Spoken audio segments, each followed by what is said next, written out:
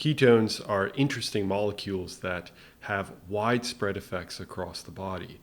For example, ketones are associated with reduced blood sugar, but that may be due to circumstance, not because of the effect of the ketones themselves.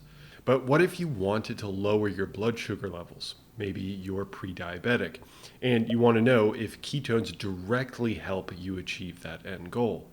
Well, we'll answer that question by looking at the supplementation of ketones. On top of that, we'll also discuss which ketones are superior in our series on exogenous ketones. Let's dive in.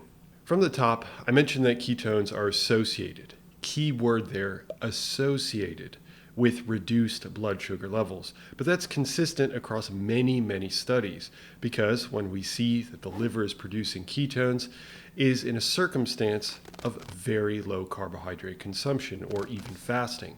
Both promote ketone production, but they also change the countless other physiological processes within the body. So, assuming you don't want to fast or you don't want to jump on a low carbohydrate diet, can you supplement with ketones, literally eat them, and get the same blood sugar lowering benefits? Well, for that to happen, we'd be implicating ketones in directly affecting blood sugar. So to test that, a group of researchers performed a meta-analysis, meaning an analysis of many studies to come to a conclusion on if that truly is the case. They included 43 studies into their analysis, including studies that use ketone salts as well as ketone esters. Then they displayed all 43 studies in order of the effect that ketones have on blood sugar.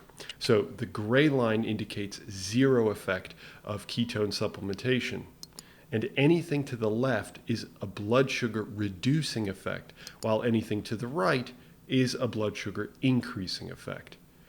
The individual gray blocks are the results of each study, and the black diamond is the combination of all the results across all 43 studies into one average. I imagine I don't need to spell this out for you at this point, but clearly exogenous ketones reduce blood sugar. However, there are two caveats here. One, do the ketones maintain lower blood sugar over time? And two, which ketone supplements are more impactful? So although 43 studies is quite a lot of studies, it turns out that most of them are short-term studies, so they didn't last long enough to assess if the effects are long-standing. The researchers still try to answer the question by pooling the few studies that did last over time as opposed to the single exposure. Only 5 studies looked at long-term effects.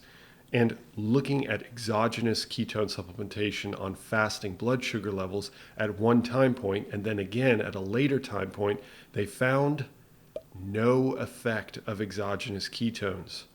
So to clarify, exogenous ketones reduce blood sugar levels in an immediate sense, but seem to have no long-term effect. But the story doesn't end there, because that is all true in measures of fasting blood sugar.